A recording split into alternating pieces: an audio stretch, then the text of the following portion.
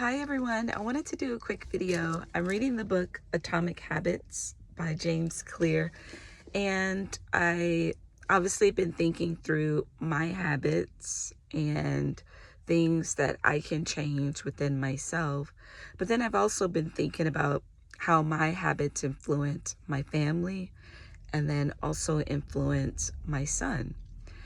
One piece that I've been kind of just thinking through is just understanding the role of habits, that it's our brain way of creating these mental shortcuts and using that for our favor, right? And that's kind of the concept behind the book, right? That if we change our habits, we ultimately can change the person that we become, right? Because we are an accumulation of what we do on a daily basis.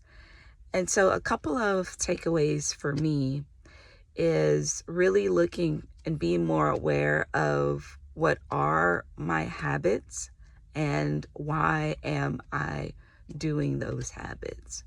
So I can give an example. I've recently actually put myself on a 30-minute social media limit, screen time limit, because I am realizing that I am scrolling videos to help relieve myself from just stress and just not having enough pleasure or meaningful self-care in my day-to-day routine. And so I've had to think about what is the impact of me scrolling for 2.5 hours. What does that ultimately say as far as how I manage my stress? And then what is this habit? What is it breeding for my family? And so one thing that I've implemented since not only the 30-minute limit and then also doing that on my son's phone as well, except on weekends, I do give a little bit more time to just, play around with things, is creating a goal of doing something, creating something daily.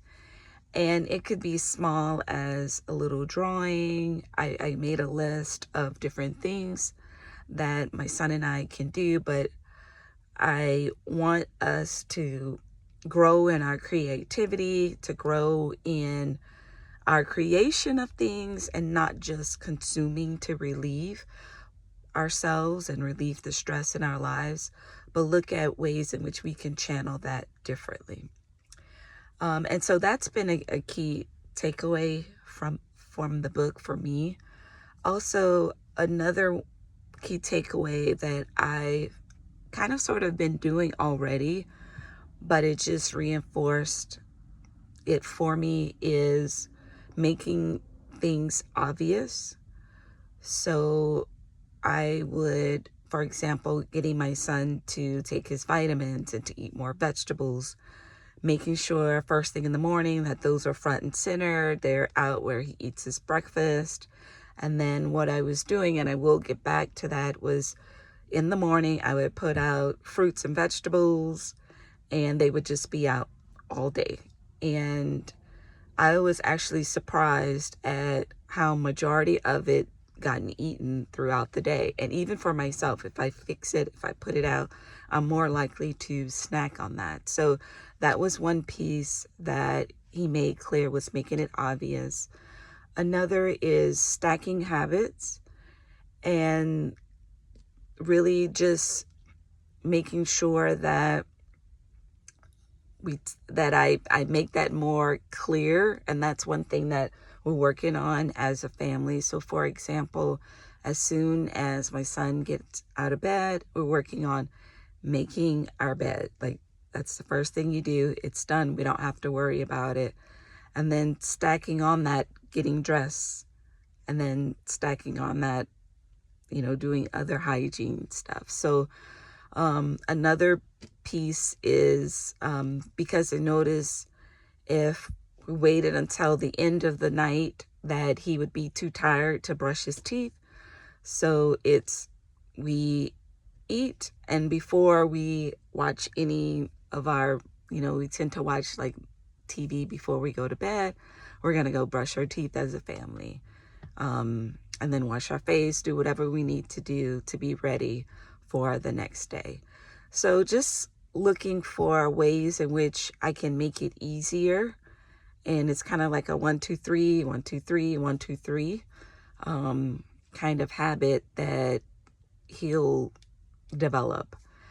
Another part of the book that really resonated with me is that regardless of the habit or the goal that you set, it's only as good as your system. And that's been something that I've always tried to force. It's not so much that, we do certain things, but that it becomes just a way of life. And that is something that we've just been implementing. So example of a system is for homework.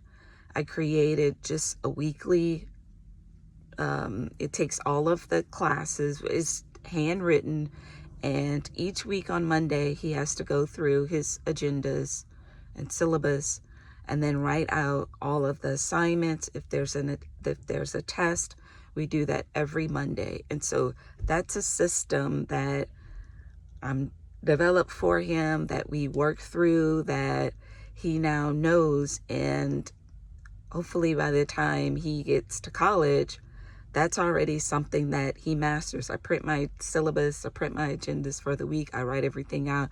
I know exactly what's happening on each day. And then we plan out what we're going to work on and how we prepare.